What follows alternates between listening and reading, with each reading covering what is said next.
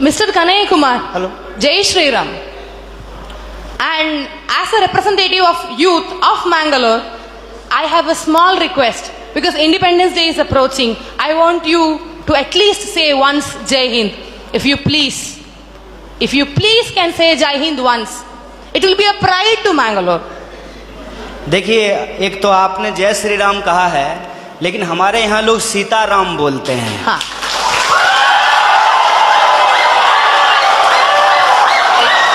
Sitaram. Excuse me,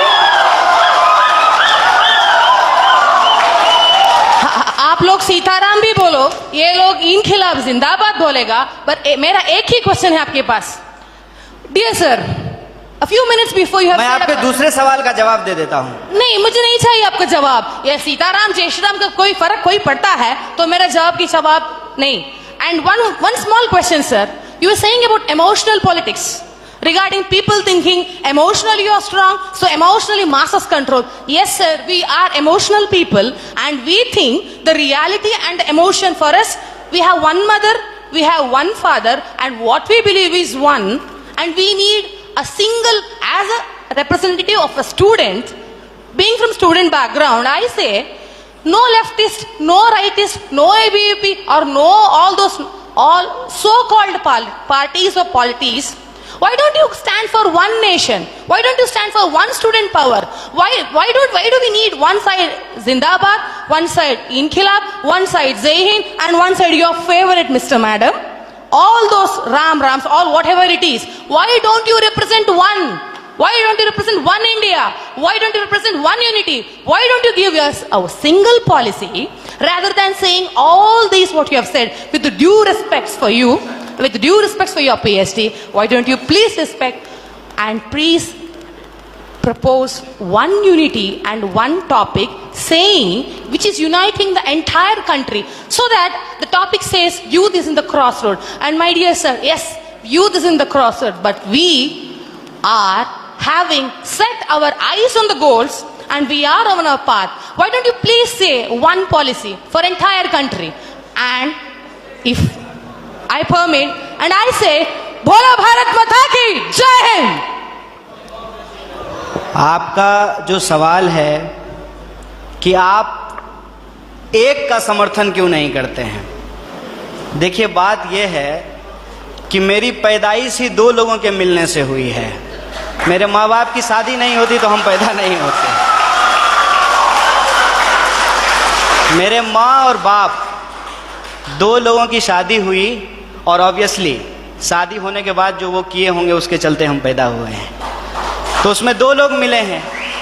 रही बात कि वन नेशन का क्यों नहीं सपोर्ट करते हैं, तो नेशन तो वन ही है, भारत एक है, इसमें कोई डाउट नहीं है। लेकिन इस एक भारत को रिप्रेजेंट करने वाला जो एक संविधान है उसमें 300 से ज़्यादा आर्टिकल हैं, मोर देन 300 आर्टिकल्स हैं उस एक कॉन्स्टिट्यूशन में। और जो आप कह रहे हैं कि वन नेशन, उस वन नेशन को रिप्रेजेंट करने के लिए जो एक पार्लियामेंट है उसमें भी दो सदन हैं, लोकसभा और राज्यसभा, और उसमें से जो चुन करके लोग जाते हैं उसमें भी कोई एक लोग नहीं जाते हैं, उसमें 545 मेंबर्स जाकर के पहुंचते हैं। तो हमारा जो वननेस है वो वननेस एक्चुअली डाइवर्सिटी को रिप्रेजेंट करता है, उसमें डाइवर्सिटी है। और आपने जो सवाल पूछा जय श्री राम, जय श्री राम आप बोलिए, ये आपकी आज़ादी है, आप जय श्री राम बोलिए, जय हनुमान बोलिए, आपको जो बोलना है बोलिए, क्योंकि इस बात को बोलने की इजाज़त हमको हमारा संविधान देता है। इसीलिए मैं आपसे ये आग्रह करूँगा कि आप कभी कभी उस संविधान की भी जय बोलिए जो आपको बोलने की आज़ादी देता है। और रही बात मेरी, तो मैं आपको बता दूं, मेरा तो जन्म ही मिथिला में हुआ है। मेरा जो घर है वो घर जिस डिस्ट्रिक्ट से मैं आता हूं उसका नाम बेगूसराय है और वो मिथिला में होता है। अगर आप मेरे यहाँ आएंगे तो आपको बड़ी आश्चर्य लगेगी। हमारे गांव में हर साल ये जो अगहन का महीना होता है हिंदी का, उसमें अयोध्या से बारात आती है और लड़के आते हैं बाराती बन करके, और राम लक्ष्मण आते हैं बर बन करके। और हमारे गांव में राम जानकी मंदिर है जहां पे हर साल राम विवाह होता है। और मैं मजेदार बात आपको बताता हूं, मिथिला के जो लोग होते हैं वो राम जी को गाली देते हैं। पता है क्यों? क्योंकि मिथिला राम जी का ससुराल है और इस लिहाज से वो राम जी को मजाक करते हैं। हमारी संस्कृति में जब शादी ब्याह होता है तो जो बारात आती है तो बारातियों को सारातियों के द्वारा गालियां सुनाई जाती है, उनको गालियां दिया जाता है। जब आप हमारे यहाँ आएंगे तो आपको बड़ा आश्चर्य लगेगा कि राम जो भगवान हैं उनको स्वागत में लोग गालियां दे रहे हैं। ये हमारा ट्रेडिशन है। और हम जिस संस्कृति जिस कल्चर में पले बढ़े हैं वहां कभी भी किसी भी भगवान को अकेले नहीं याद किया जाता है। आपने कहा ना वननेस, उनको अकेले नहीं याद किया जाता है। हमेशा राम को सीता के साथ और राधा को कृष्ण के साथ याद किया जाता है। ये हमारी परंपरा रही है। ये बड़ी आश्चर्य की बात है कि आप यूथ हैं और जो है मैं तो पीएचडी कर लिया और मैं उम्मीद करता हूं कि आप भी पीएचडी कर पाएं। और अगर आप पीएचडी करें तो मेरा आपसे ये आग्रह होगा कि आप इस देश में जितने रामायण लिखे गए हैं कम से कम उन रामायणों पे ही आप पीएचडी कर लीजिए। और मैं आपको बताता हूं कि हिंदुस्तान में कम से कम 300 से ज्यादा रामायण लिखे गए हैं, मोर देन 300। और मैं एक बार हिमाचल गया था। हिमाचल में त्रिलोकनाथ की मंदिर है। मैं आपको कहता हूं इस देश को घूमिए। यह देश इतना शानदार है कि आप इसकी कल्पना नहीं कर सकते हैं। और आपको कई बार अपने आप को छोटा और तुच्छ महसूस होगा कि हम कितना तुच्छ हैं इस देश के सामने। जब आप त्रिलोकनाथ मंदिर जाएंगे तो त्रिलोकनाथ मंदिर में भगवान बुद्ध की मूर्ति है और भगवान बुद्ध की मूर्ति के ऊपर भगवान शिव का मूर्ति बनाया गया है, सर के ऊपर बनाया गया है। और उस मंदिर में पहले हिंदू साधु आते हैं जो प्रार्थना करते हैं, उसके बाद बुद्धिस्ट मोंक आते हैं जो वहां जाकर के परिक्रमा करते हैं। यह हिंदुस्तान की खासियत है। यह हिंदुस्तान की खासियत है कि वहां जो लाहौल, मैं उस जिले की बात कर रहा हूं और मैं फैक्चुअली अगर गलत होऊंगा तो आप मुझे करेक्ट कीजिएगा। लाहौल जिले में जहां यह मंदिर है वहां की जो भाषा है लाहौली, वहां का जो रामायण है जो लाहौली भाषा में लिखी गई है, उस रामायण में सीता का अपहरण रावण नहीं करते हैं, बल्कि रावण सीता के पिताजी हैं। उस रामायण के हिसाब से सीता एक्चुअली रावण की बेटी है लाहौली रामायण के हिसाब से।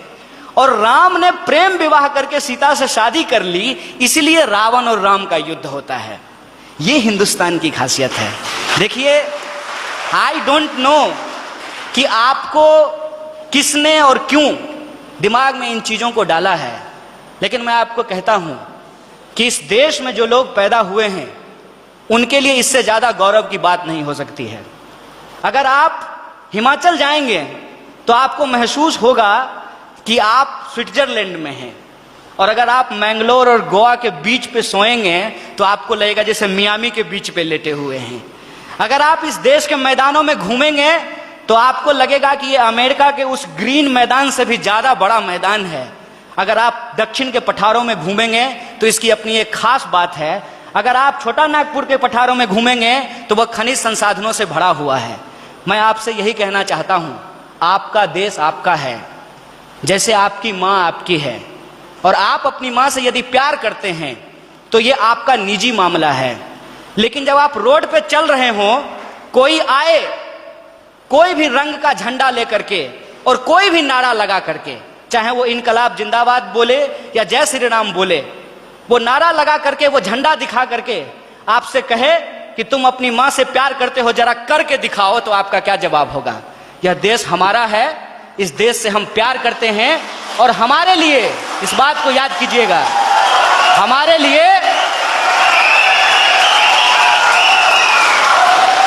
लिए प्यार नुमाइश की चीज नहीं है। हम प्रेम करते हैं और अपने दिलों में लेकर के घूमते हैं। बहुत बहुत शुक्रिया, बहुत बहुत धन्यवाद।